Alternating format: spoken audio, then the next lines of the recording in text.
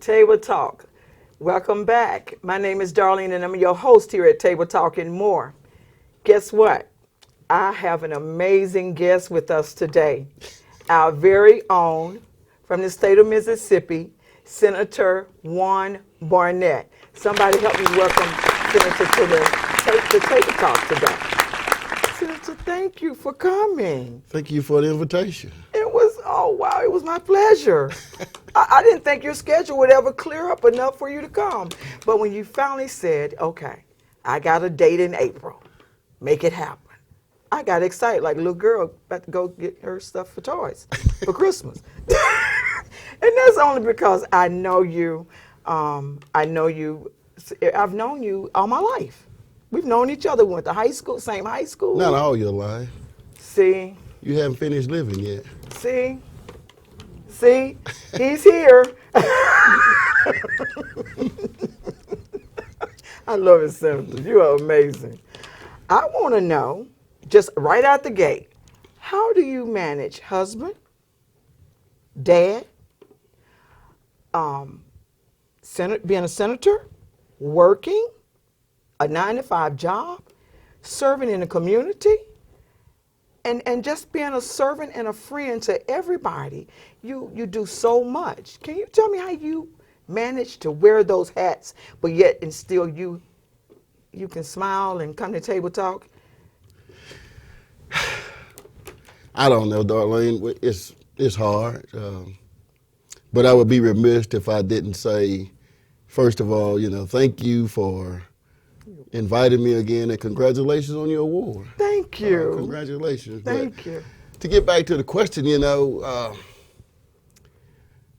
most of the time I don't admit it as much as I should, or talk about her as much as I should, but I'm allowed to do, or I'm able to do all of those things because my wife, for the most part, supports a lot of it. Oh, that's amazing.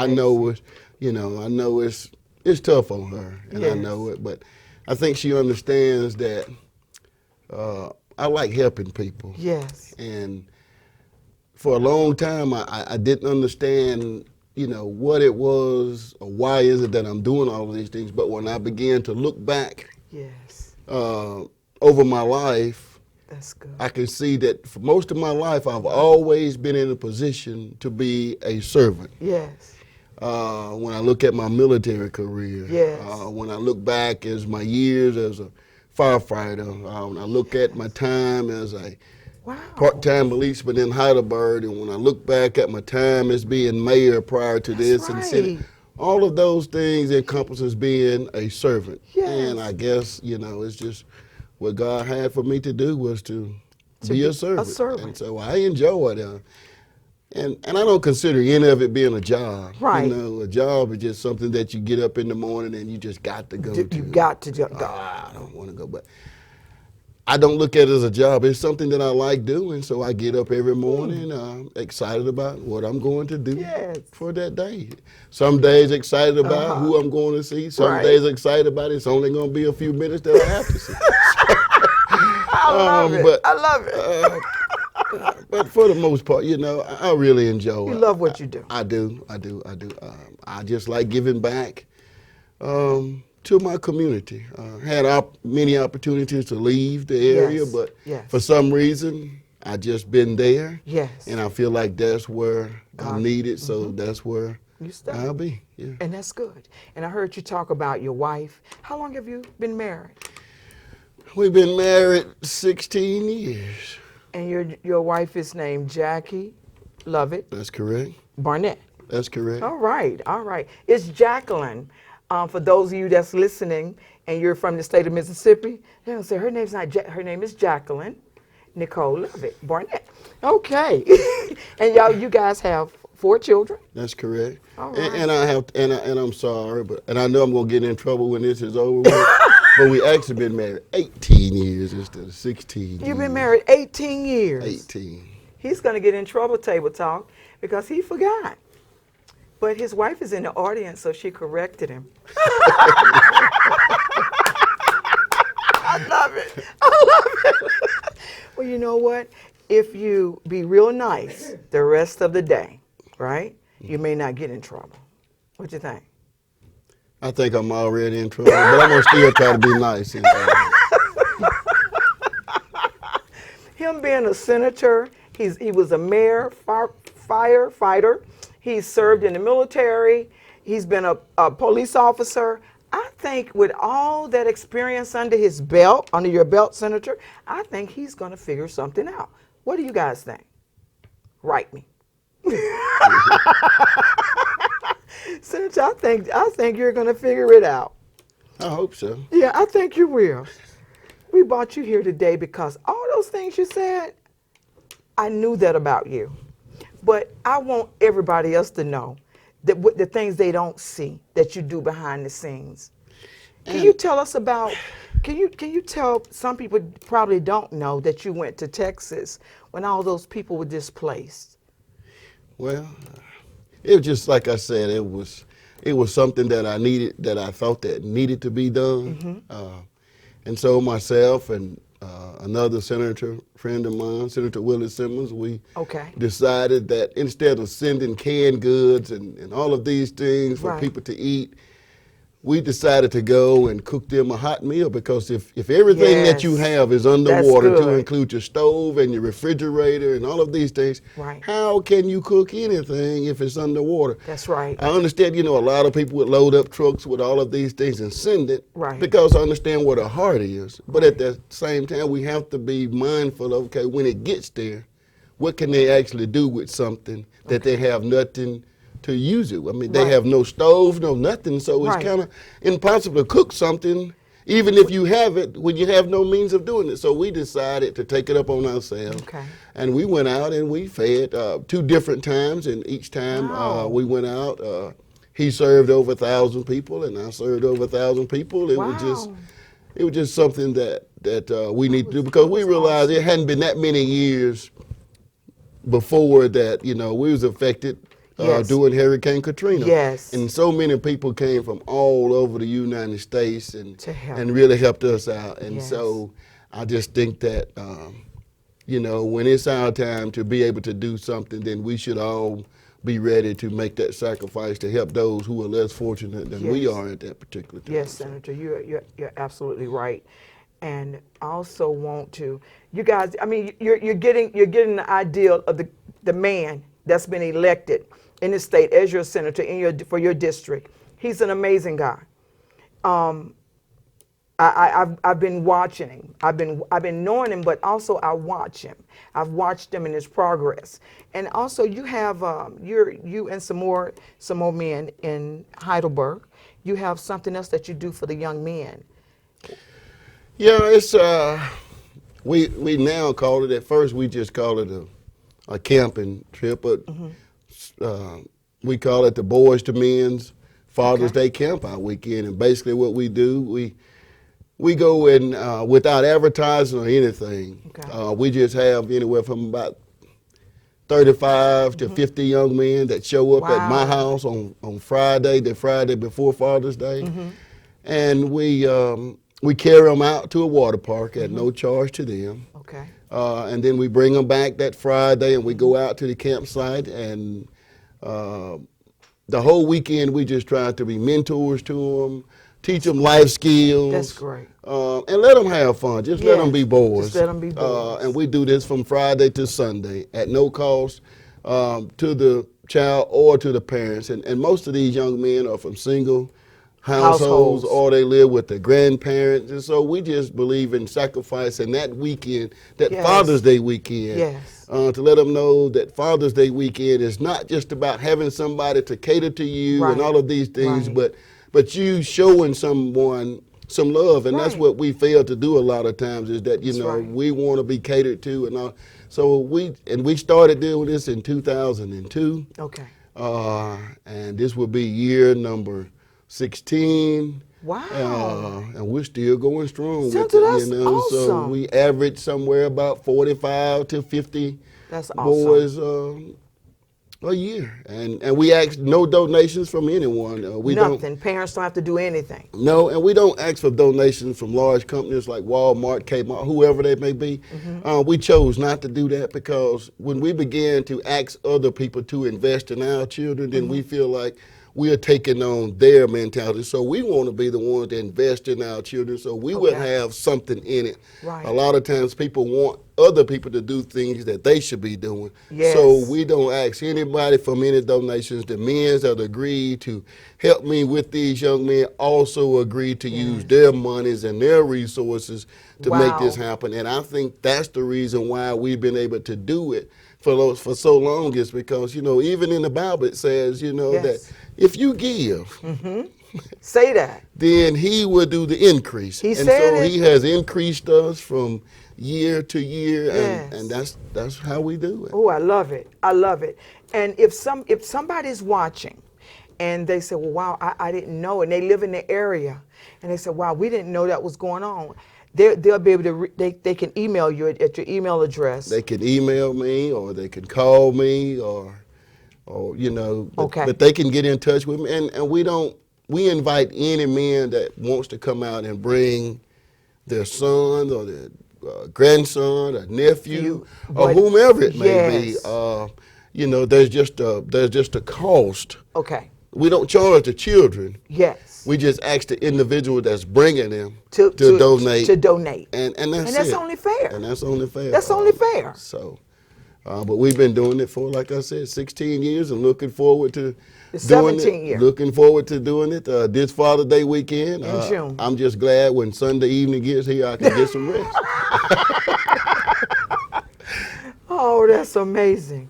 We're gonna just go talk a little more about if it's something you want to talk about. If he doesn't, then he has that right not to talk about it. Would you like to share a little more about your position as senator, some of the bills, or a bill that is passionate to you? Yeah, I had you know, I've been in the state Senate now for 3 years. Okay. Served as mayor 15 years prior to that. Okay. But that's not important either. But I've been working on a criminal justice bill, and I tried to do some things on education.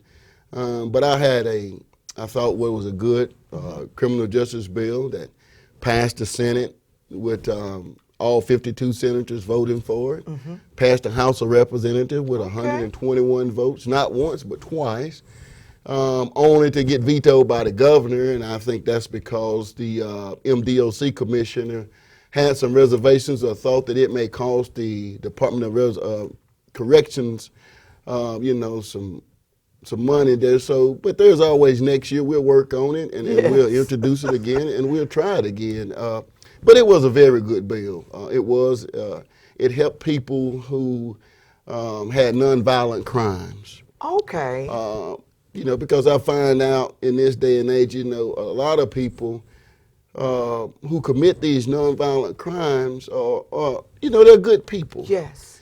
And they just need a second chance in life. And my thing is, you know, none of us, whether we admit it or not, you know, we're not one mistake either away from being that person, right, or one mistake from you know, from even coming from that. So I just think that we need to find within ourselves the ability to be able to reach out and help people again. And you know, one thing I've noticed though, even from being the mayor, another thing is that I just think sometimes the higher we get in life, or the higher that we thought that we get in life, the less we forgive people. That's right. We find it hard for some reason to look back and forgive people for things that they've done. And that just always bothered me. I'm not saying that everyone that gets incarcerated didn't deserve it. Right. I'm just saying that everyone that got incarcerated deserves a second chance in life. Right. I didn't go to jail, but I had second chances. Right. Other people didn't go to jail, but they had second chances. So being incarcerated and getting a second chance, I don't think is any different from doing something else and getting a second chance. And you're right. So. And you're right. But again, we'll try it again. We'll try it again on next year, and we'll keep going forward. Yes. To see what happens. And education is another thing that's really important to me. If we look across the United States, we see so many teachers and so many schools that that can't pay the teachers, and so many teachers that are one paycheck away from being on welfare and those type of things. And we got to find a way to pay our teachers, because whether we admit it or not, everything that we have in life comes from a teacher. Yes. They taught us all of these things. They did. And so we have to be able to reward these teachers. But one thing that we have to do as parents is that we have to get involved in our children's education. Yes, Senator. Just like we get involved in our children's recreation. And I just found out in this country, now we tend to put more emphasis on recreation more than we do education. And so we have to go back and get the parents now to reinvest in their children. I think one bill that I'm going to introduce next session is from pre-K to third grade, which all educators and people that I talk to tend to think that those are the very critical years of learning. So I want to go back and let it be a volunteer basis. But let each school district, when they send a book home by a particular child to read, then not only does the child have to read that book, but the parent has to read the book. And the parent and the child will both write a one-pager on what they learned from this book, turn in this homework assignment. Wow. And then the child would be awarded an additional 10 points on his or her grade. And now I think when we begin to do that, parents now have the ability to really help their children. And I think you'll see writing scores go up, reading scores go up. And even those parents that have trouble reading past the third grade now can also learn how to read again. I like that. And learn how to write again. Yes. Those things that we don't do anymore. We find ourselves now with more teachers' aides in the room. Yes. And the reason I think teachers' aides are there is because the parents put them there. Because we don't do those things anymore that our parents and grandparents used to do. They used to do. I had a grandmother and a grandfather. Neither one of them couldn't read or write. Okay. But when we got home from school, they would make us sit down and read something to them. Yes. I didn't know that they didn't understand this, but they would make us read to them. Or they'd make us write something. And I think as a result of that, it made us better children. But now you have to have teachers' aides in the classroom because there's so many children that are not learning or not where they're supposed to be. So the teacher, instead of the teacher spending time with 2 or 3 while the others in the class move on, she's got to spend time now with 20 or 21 of them because there's so many children that are not at the level that they should be. And I think if we can convince parents to get involved early, and this is direct parental involvement. You don't have to have the parent to come out to the school. You don't have to open the school up later. You don't have to inconvenience the teachers or no one. This is direct parental involvement. And I think over the years, if we can do these things and get parents to do this again, then we could start seeing a decrease in teachers' aid. So now where we're paying 1.5 people to be in the classroom, we can take that same money that we're paying for these teachers' aid and pay our teachers more. That's so when you start to add more things in education, then you have to pay for more things in education as a result of that. Then we find ourselves not having enough money to pay our teachers where they need to be paid because of all of these other things that we have put in our classroom. Okay. So and that's one thing that I will be introduced. Will it get passed? Who knows? Who knows? But I'm definitely going to introduce this. I think it will be something good. I don't know of any other state that does this. Okay. And I know a lot of people, say Mississippi's last in this, Mississippi's last in this. Well, I can tell you, that we're not last. That's right. In a lot of things, but